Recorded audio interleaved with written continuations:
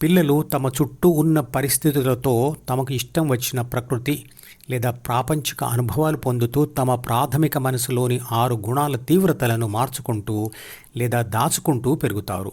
మూఢనమ్మకాలు అప్పటి నుండే ఏర్పడుతూ ఉంటాయి.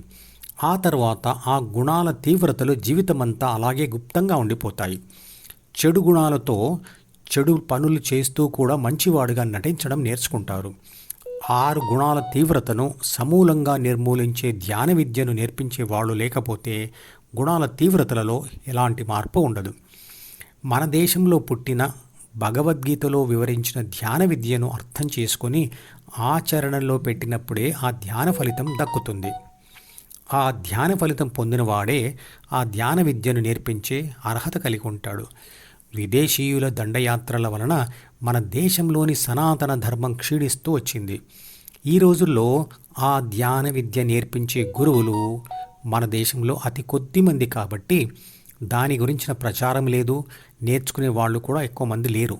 ఎప్పుడైతే మన ప్రధానమంత్రి ప్రయత్నం వల్ల 21 జూన్ను అంతర్జాతీయ యోగా దినంగా ప్రకటించారో అప్పటి నుండి యోగా అనే పదానికి గుర్తింపు వచ్చింది. ఆ విద్యను కనిపెట్టిన దేశంలో ఉన్న మనందరి బాధ్యత ఆ నిర్గుణత్వం సంపాదించి ఇతరులకు బోధించడం.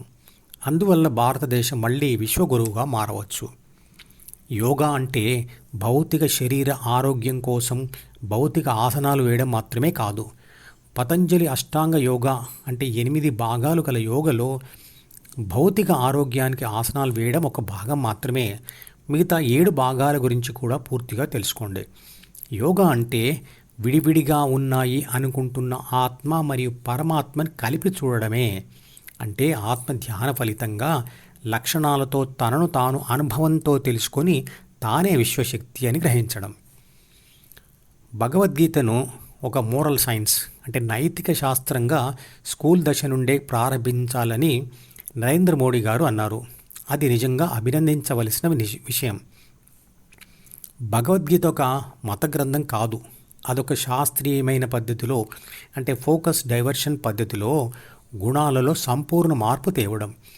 దానిని చిన్నతనంలోనే మొదలు పెట్టడం వలన ప్రపంచ సమాచారం గ్రహించడంలో మరియు దాచుకోవడంలో, అవసరమైనప్పుడు తిరిగి ఉపయోగించడంలో ప్రాపంచిక ఆత్మ యొక్క ధ్యాస తీవ్రత పెరుగుతుంది. విశ్లేషణ శక్తి మరియు జ్ఞాపక శక్తి పెరుగుతుంది. మానసిక స్థిరత్వం, నిర్భయత్వం పెరుగుతాయి.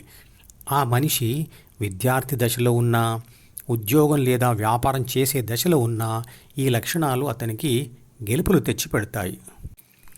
అలా మార్చబడ్డ వ్యక్తి తాను మాత్రమే మారడం కాదు, మొత్తం దేశమును నైతికంగా మార్చగలడు, అభివృద్ధి వైపు తీసుకెళ్ళగలడు. అప్పుడు అది సత్యయుగం లేదా రామరాజ్యమే అవుతుంది. తీవ్రత ఎక్కువగా ఉన్న 6 చెడు గుణాలు ఆత్మను ద్వితీయ మనసుకు బంధించి వేసి తమకు అనుకూలమైన కోరికలను తీర్చేందుకు ఉపయోగించుకుంటాయి. ఎలాంటి గుణాలు పనిచేస్తున్నాయి అని ఎలా తెలుస్తుందంటే, ఎప్పుడైతే మీ ప్రపంచానికి ప్రతిస్పందన స్పాంటేనియస్గా అంటే ఎక్కువ సమయం తీసుకోకుండా అప్పటికప్పుడే వస్తుందో అప్పుడు ఆ ప్రతిస్పందన మీ సహజ గుణాల ప్రభావంకు లోనే జరుగుతుందని గుర్తించండి. కొంత సమయం తీసుకొని ఆలోచించి ప్రతిస్పందన ఇచ్చినట్లయితే అప్పుడు కృత్రిమ గుణాలు పనిచేస్తూ ఉన్నాయని అనుకోవచ్చు. అంటే ఆ వ్యక్తి సహజ గుణాల స్వభావం చూపించినట్లయితే కలిగే పరిణామాలను దృష్టిలో పెట్టుకొని నటించడం జరుగుతుంది. తీవ్రమైన పరిస్థితుల్లో కూడా ఏ రియాక్షన్ లేకపోతే అంటే ఏ ప్రతిస్పందన లేకపోతే ఆ వ్యక్తిలో నిర్గుణత్వం లేదా స్థితప్రజ్ఞ ఉంది అని అనుకోవచ్చు.